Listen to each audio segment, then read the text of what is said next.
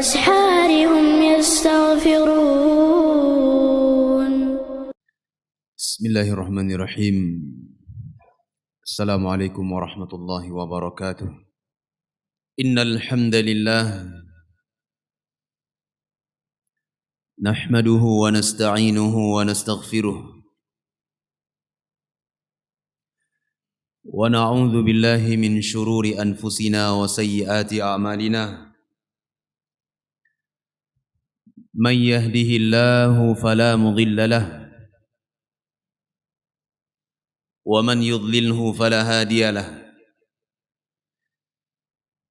أشهد أن لا إله إلا الله وحده لا شريك له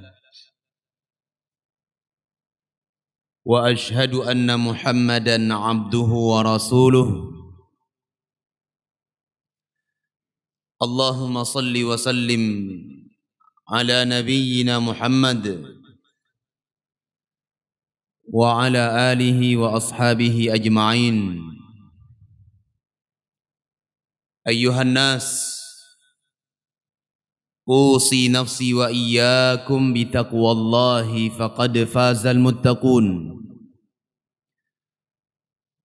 يقول ربنا تبارك وتعالى: يا أيها الذين آمنوا اتقوا الله حق تقاته ولا تموتن إلا وأنتم مسلمون. ويقول سبحانه وتعالى: يا أيها الناس اتقوا ربكم الذي خلقكم من نفس واحدة وخلق منها زوجها وبث منهما رجالا كثيرا ونساء واتقوا الله الذي تساءلون به والأرحام إن الله كان عليكم رقيبا. ويقول سبحانه وتعالى: يا أيها الذين آمنوا اتقوا الله وقولوا قولا سديدا يصلح لكم أعمالكم ويغفر لكم ذنوبكم ومن يطع الله ورسوله فقد فاز فوزا عظيما. أما بعد، فإن أصدق الحديث كتاب الله وخير الهدي هدي محمد صلى الله عليه وعلى آله وصحبه وسلم. وشر الأمور محدثاتها فإن كل محدثة بدعة وكل بدعة ضلالة وكل ضلالة في النار. أيها المسلمون، jamaah salat Jumat yang dimuliakan oleh Allah Subhanahu wa taala. Sebagaimana yang telah kita ketahui bersama bahwa tidak ada seorang pun di muka bumi ini, di dunia ini, melainkan ia menginginkan kehidupannya kelak di yaumul qiyamah benar-benar berada di dalam tempat yang sangat layak, yaitu di dalam surga Allah Subhanahu wa taala. Semuanya akan menginginkan demikian, baik ia seorang muslim maupun seorang yang bukan dari kalangan muslimin. Pasti mereka menginginkan kehidupan mereka di yaumul qiyamah di hadapan Allah Subhanahu wa taala diberikan tempat yang penuh dengan kenikmatan, penuh dengan rahmah, dan terdapat nikmat yang begitu besar di dalamnya. Hadirin yang dimuliakan Allah, sebagaimana yang telah kita ketahui, ini merupakan cita-cita setiap muslim Tidak ada seorang pun di antara kita yang hadir di tempat ini kecuali menginginkan agar Allah Subhanahu wa taala masukkan kita ke dalam surganya. Bagaimana tidak jemaah yang dimuliakan Allah? Nabi alaihi salatu wasalam sebagaimana dikeluarkan oleh Al-Imam Muslim di dalam kitab sahihnya, beliau sallallahu alaihi wasallam bersabda di dalam salah satu hadis Al-Qudsi, Allah Subhanahu wa taala berfirman, a'adadtu li'ibadiyas salihin ma la 'ainun ra'at wa la udhunun sami'at wa la khatara 'ala qalbi bashar. Sungguh aku telah persiapkan, kata Allah Subhanahu wa taala, untuk hamba-hambaku yang salih, yang bertakwa kepada Allah tabaraka wa taala, kenikmatan yang belum pernah dilihat oleh mata seorang pun. Jemaah yang saya muliakan, nikmat apapun yang hari ini kita lihat, baik itu milik kita ataupun orang lain, yang kita saksikan dengan mata kepala kita, itu semuanya tidak akan pernah bisa sama dengan nikmat yang akan Allah Subhanahu wa taala siapkan kelak di yaumul qiyamah. Wala udhunun sami'at, dan juga belum pernah didengar oleh telinga seorang pun. Apapun yang hari ini kita dengar dari kenikmatan yang didapati oleh seseorang, kita dengar dengan telinga kita, si fulan sudah mendapatkan ini, si fulan mendapatkan nikmat ini. Ketahuilah bahwasanya nikmat surga itu belum pernah didengar oleh seorang pun. Bahkan kata Allah Subhanahu wa taala, wala khatara ala qalbi bashar, belum pernah terlintas di dalam jiwa seorang manusia pun. Jemaah yang dimuliakan Allah, apa saja yang hari ini terlintas di dalam jiwa kita, angan-angan kita untuk mendapatkan nikmat dunia yang melimpah, menginginkan rumah mewah dengan segala fasilitas yang megah di dalamnya, menginginkan kendaraan yang mewah dengan fasilitas yang sangat memuaskan di dalamnya. Apa saja yang kita ingin fikirkan, yang kita cita-citakan dari kehidupan dunia kita, dari kenikmatan, ketahuilah kata Allah Subhanahu wa taala, nikmat yang Allah siapkan di dalam surga itu belum pernah terlintas di dalam jiwa seorang pun. Demikian besar jemaah yang dimuliakan Allah. Demikian besar nikmat yang Allah Subhanahu wa taala siapkan bagi penghuni surga Allah Subhanahu wa taala. Jemaah yang dimuliakan Allah, oleh karena itu, setiap ataupun masing-masing muslimin bercita-cita untuk masuk ke dalam surga. Diterangkan oleh Nabi sallallahu alaihi wasallam di dalam riwayat yang dikeluarkan oleh Al-Imam Muslim rahimahullahu taala di dalam kitab sahih beliau, Nabi sallallahu alaihi wasallam menjelaskan tentang seorang hamba yang paling rendah derajatnya di dalam surga. Setelah ia dibakar oleh Allah Subhanahu wa taala di dalam neraka yang menyala-nyala, sekian lama dibakar, ketika dosanya tersebut sudah terbakar seluruhnya, dan ia bukan golongan dari kaum musyrikin yang melakukan kesyirikan, yang menyekutukan Allah Subhanahu wa taala, ia tergolong dari ahlut tauhid, dosanya terbakar lalu diangkat oleh Allah Subhanahu wa taala dan dimasukkan ke dalam surga. Allah Subhanahu wa taala bangun untuknya sebuah istana, yang kemudian masuk ke dalam istananya tersebut dua wanita dari hurul ain, dua wanita dari wanita surga, jemaah yang dimuliakan Allah. Lalu dua wanita itu mengatakan, Subhanallahilladzi khalaqana laka wa khalaqaka lana. Maha suci Allah Subhanahu wa taala yang telah menciptakan engkau untuk kami dan telah menciptakan kami untuk engkau. Jemaah yang dimuliakan Allah, dengan spontan hamba itu mengatakan, wallahi ma u'tiya ahadun mithla ma u'titu. Tidak ada seorang pun hamba yang diberikan nikmat sebesar nikmat yang Allah berikan kepadaku, padahal ia terletak pada surga yang paling rendah derajatnya. Hadirin yang dimuliakan Allah, cita-cita masuk ke dalam surga itu merupakan cita-cita setiap muslim. Namun perlu diketahui jamaah yang dimuliakan Allah, Allah subhanahu wa ta'ala akan memasukkan ke dalam surga siapa saja yang pantas untuk masuk ke dalamnya, dari kalangan orang-orang yang beriman, dari kalangan orang-orang yang bertakwa, orang-orang yang beramal saleh. Siapa saja yang dikehendaki ucapan dan amalannya ketika dia di dunia.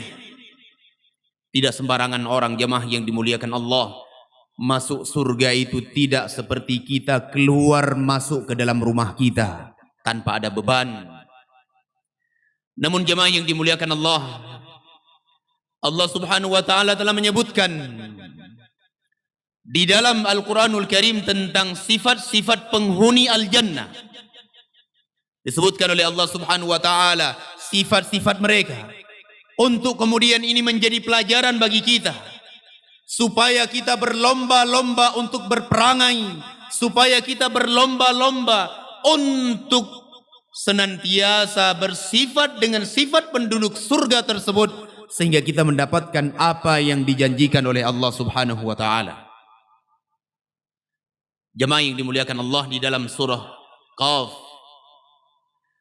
Allah subhanahu wa ta'ala menyebutkan minimalnya ada 4 sifat penduduk surga disebutkan oleh Allah subhanahu wa ta'ala. Dan ini tidak menunjukkan pembatasan. Masih ada ayat-ayat yang lainnya di dalam surah yang lainnya menyebutkan tentang sifat-sifat penduduk surga Allah subhanahu wa ta'ala. Demikian pula di dalam hadis-hadis Nabi. Allah subhanahu wa ta'ala sebutkan sifat mereka di dalam surah Qaf. Ini menunjukkan bahawa 4 sifat tersebut adalah tergolong dari sifat-sifat penduduk surga. Allah subhanahu wa ta'ala berfirman, wa uzlifatil jannatu lil muttaqina ghaira ba'id. Hadha ma tu'aduna likulli yawmi kulli awwabin hafiz. Man khashiyar rahman bil ghaib wa jaa biqalbin munib. Udkhuluha bisalam. Dzalika yaumul khulud. Hadza ma tu'aduna lahum wa ladaina mazid. Perhatikan baik-baik jemaah yang dimuliakan Allah. Ayat yang begitu mulia, ayat yang begitu agung, sekaligus sebagai teguran bagi kita jemaah yang dimuliakan Allah, untuk kemudian kita mengintrospeksi diri kita, menilai diri kita, melakukan muhasabah, apakah kita termasuk dari orang-orang yang bersifat dengan sifat itu atau tidak. Karena sifat penduduk surga itu tidak akan terlepas dari 4 sifat tersebut, tidak akan terlepas. Sifat yang pertama yang Allah subhanahu wa ta'ala terangkan di dalam surah Qaf tersebut adalah mereka itu dikenal dengan istilah al-awwab. Diterangkan oleh para ulama al-mufassirun, yang dimaksud dengan al-awwab adalah mereka yang kembali kepada Allah subhanahu wa ta'ala dari dosa-dosa mereka menuju ampunan Allah subhanahu wa ta'ala. Mereka adalah orang-orang yang kembali kepada Allah subhanahu wa ta'ala dari sebuah kelalaian, dari kebiasaan lalai terhadap waktu mereka, umur mereka, masa muda mereka, kembali untuk mengingat Allah subhanahu wa ta'ala dan memperhambakan diri kepadanya. Sehingga jemaah yang dimuliakan Allah, diterangkan oleh Abdullah bin Abbas radhiyallahu anhuma, anak paman Rasul, beliau mengatakan bahawa al-awwab yang itu merupakan sifat penghuni surga Allah subhanahu wa ta'ala. mereka adalah orang-orang yang mengingat dosa-dosa mereka dan selalu dan berupaya untuk senantiasa bertaubat kepada Allah Subhanahu wa taala. Jamaah yang dimuliakan Allah, sifat penghuni surga itu bukanlah mereka yang tidak pernah terjatuh ke dalam dosa, bukan. Bukanlah penduduk surga itu, jamaah yang dimuliakan Allah, orang-orang yang tidak pernah terjatuh ke dalam kemaksiatan. Bukan demikian, jemaah yang dimuliakan Allah. Karena tidak ada seorang pun di antara kita yang maksum dari dosa. Tidak ada di antara kita yang selamat dari dosa, kecuali Rasul sallallahu alaihi wasallam. Namun sifat penghuni surga itu, kata Allah Subhanahu wa taala, adalah Al-Awwab. Kata Sa'id ibn al-Musayyib rahimahullahu taala, seorang tabi'in, beliau mengatakan, Al-Awwab adalah orang-orang yang terjatuh ke dalam dosa, kemudian dia bertaubat kepada Allah Subhanahu wa taala, beristighfar kepadanya, kemudian terjatuh lagi ke dalam dosa dan ia bertaubat lagi kepada Allah Subhanahu wa taala. Jemaah yang dimuliakan Allah, mereka adalah orang-orang yang selalu kembali kepada Allah.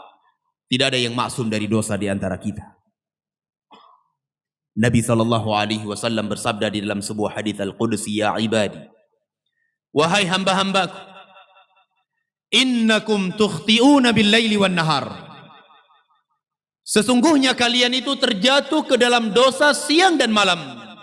Wa ana aghfirudz dzunuba jami'a, dan aku adalah zat yang maha mengampuni dosa seluruhnya. Fastaghfiruni aghfir lakum. Mintalah ampunan kepadaku, niscaya aku akan berikan ampunan kepada kalian. Ini sifat yang pertama, jemaah yang dimuliakan Allah, yaitu mereka yang selalu kembali kepada Allah Subhanahu wa taala, menuju kepada ibadah, menuju kepada istighfar, menuju kepada mengingat Allah Subhanahu wa taala Rabbul Alamin. Kemudian yang kedua, Allah Subhanahu wa taala menyebutkan di antara sifat penghuni surga itu adalah Al-Hafidh. Mereka adalah orang-orang yang selalu menjaga diri mereka dari perbuatan dosa. Mereka adalah orang-orang yang selalu menjaga Allah Subhanahu wa taala, menjaga hak-hak Allah Subhanahu wa taala, yaitu ibadah, menjaga amalan-amalan yang Allah Subhanahu wa taala perintahkan untuk kemudian mereka kerjakan di dalam kehidupan mereka sehari-hari. Mereka adalah orang-orang yang senantiasa menjaga batasan-batasan Allah Subhanahu wa taala Rabbul Alamin. Ini sifat penghuni surga Allah Subhanahu wa taala.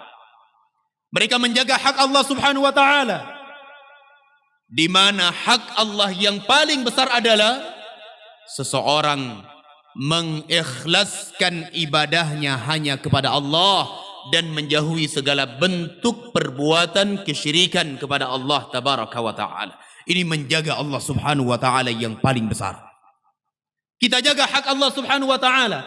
Jangan sampai ibadah yang kita lakukan terkandung di dalamnya riya. Jangan sampai ibadah yang kita kerjakan mengandung di dalamnya syirik besar ataupun syirik kecil. Kita hindari ini sebagai bentuk penjagaan kita terhadap hak-hak Allah Subhanahu wa taala.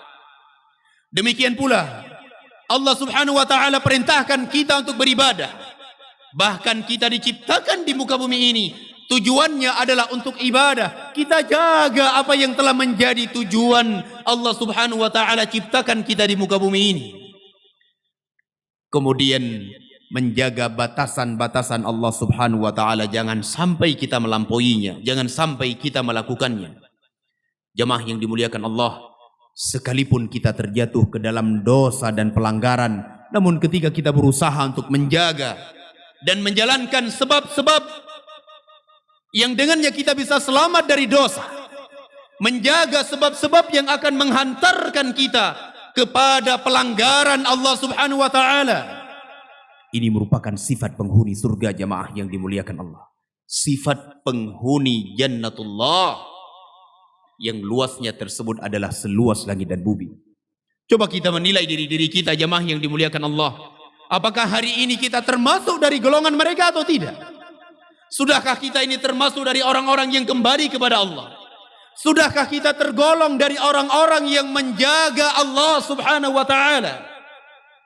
Yang kemudian kita harapkan Allah subhanahu wa ta'ala akan menjaga kita. Allah subhanahu wa ta'ala menjanjikan sebagaimana diterangkan oleh Rasulullah sallallahu alaihi wasallam, ihfazillaha yahfazka. Jagalah Allah subhanahu wa ta'ala, niscaya Allah subhanahu wa ta'ala akan menjagamu.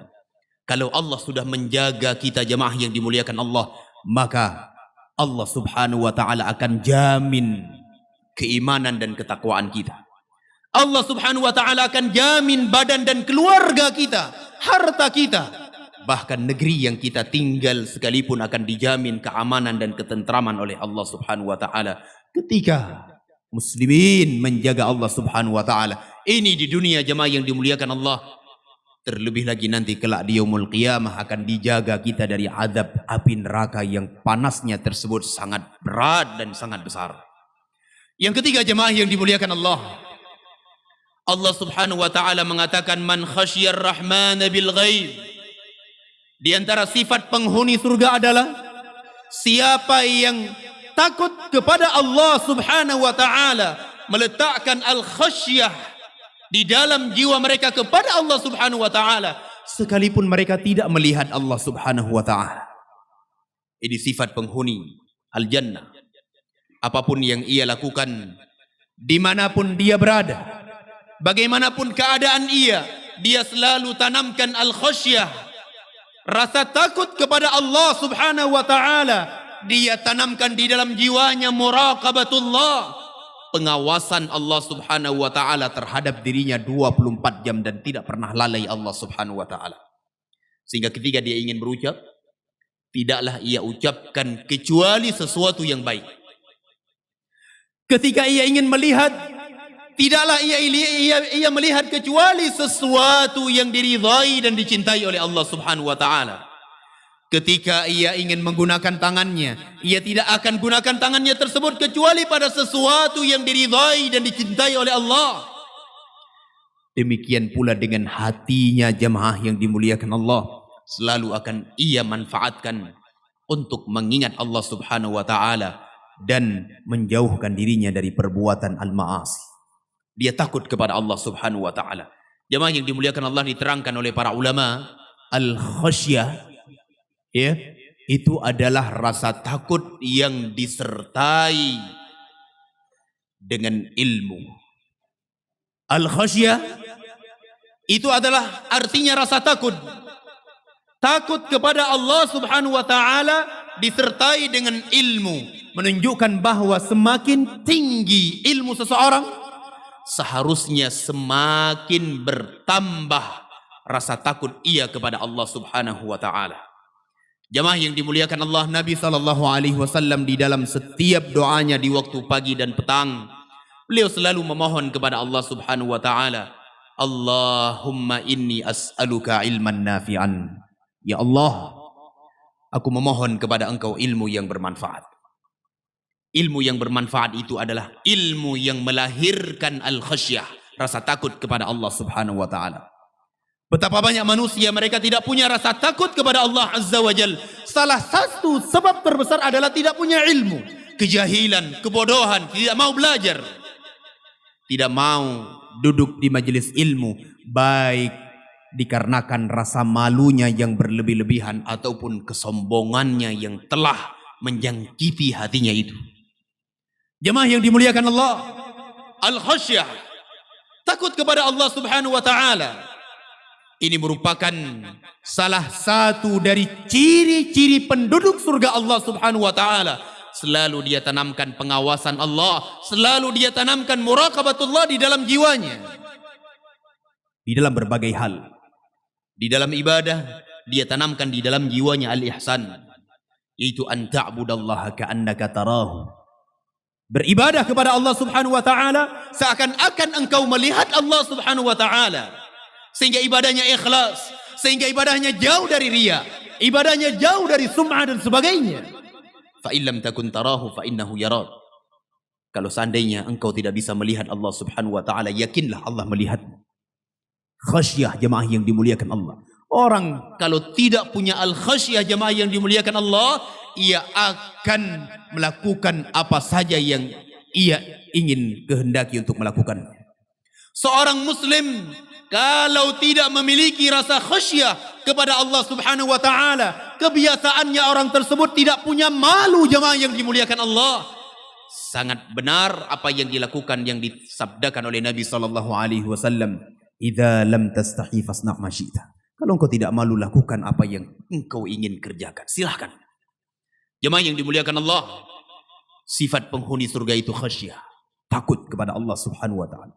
Sekalipun ia tidak melihat Allah Subhanahu wa taala, namun hari ini keadaan manusia itu sudah berbalik jemaah yang dimuliakan Allah. Ia lebih takut terhadap atasannya dibandingkan takut kepada Allah Subhanahu wa taala. Ia lebih takut terhadap aparat keamanan yang akan menghukumnya, yang akan menangkapnya ketika dia berbuat curang, ketika dia berbuat zalim, ketika dia mengambil hak seseorang tanpa ada izinnya. Dia lebih takut kepada manusia. Padahal di sana zat, yaitu yang selalu melihatnya, yaitu Allah Tabaraka wa Ta'ala, melihat dan mengawasinya 24 jam, tidak pernah berhenti.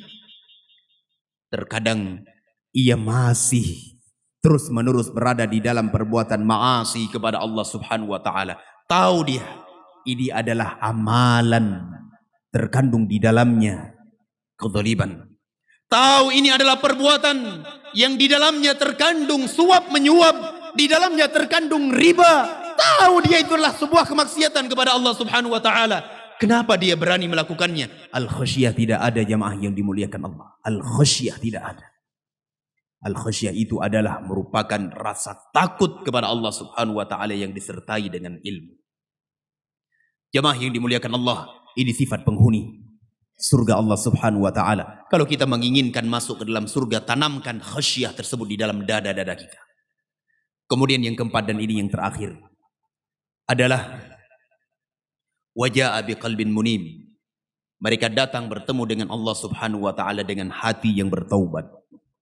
Bertaubat dari dosa. Berupaya mereka bertaubat kepada Allah Subhanahu wa taala sekalipun mereka terjatuh ke dalam dosa. Bertaubat lagi, jatuh lagi ke dalam dosa. Bertaubat lagi mereka kepada Allah Subhanahu wa taala.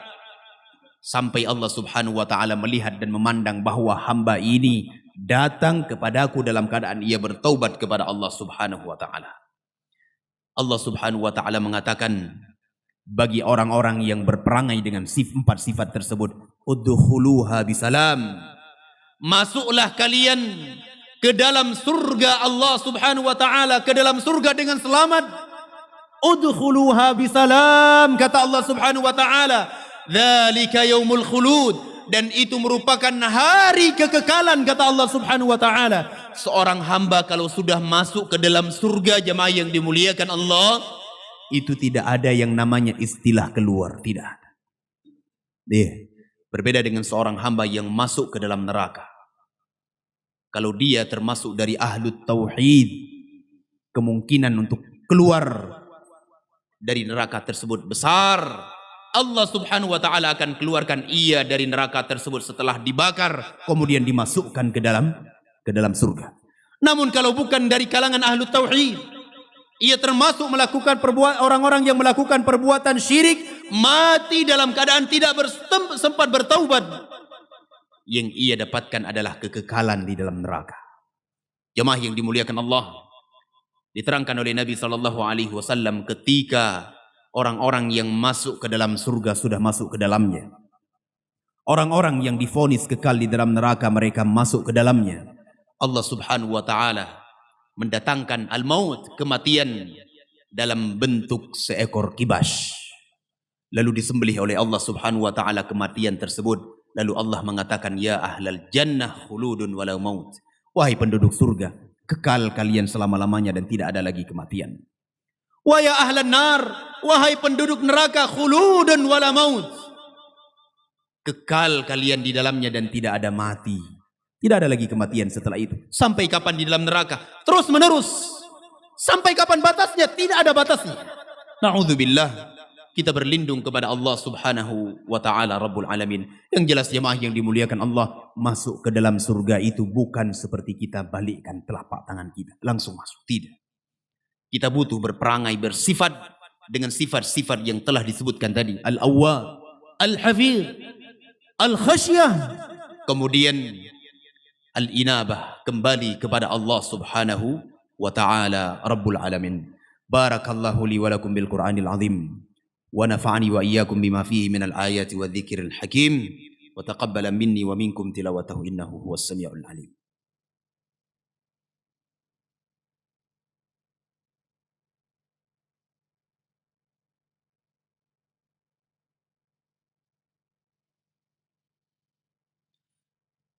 الحمد لله حمدا طيبا كثيرا مباركا فيه ومباركا عليه كما يحب ربنا ويرضاه. أشهد أن لا إله إلا الله وحده لا شريك له وأشهد أن محمدا عبده ورسوله.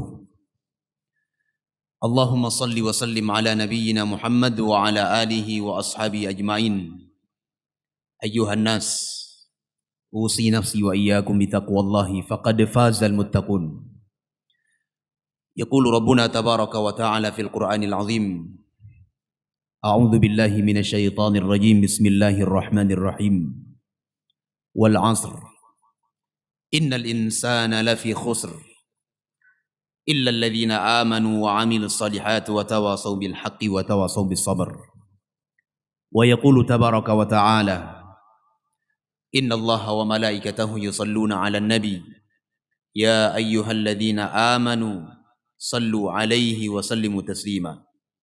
اللهم اغفر للمسلمين والمسلمات والمؤمنين والمؤمنات الأحياء منهم والأموات. ربنا هب لنا من أزواجنا وذرياتنا قرة أعين واجعلنا للمتقين إماما. اللهم لا تدع ذنبا إلا غفرته ولا هما إلا فرجته ولا دينا إلا قضيته. ربنا آتنا في الدنيا حسنة وفي الآخرة حسنة وقنا عذاب النار. وصلى الله على نبينا محمد وعلى آله وأصحابه أجمعين والحمد لله رب العالمين. أقم الصلاة.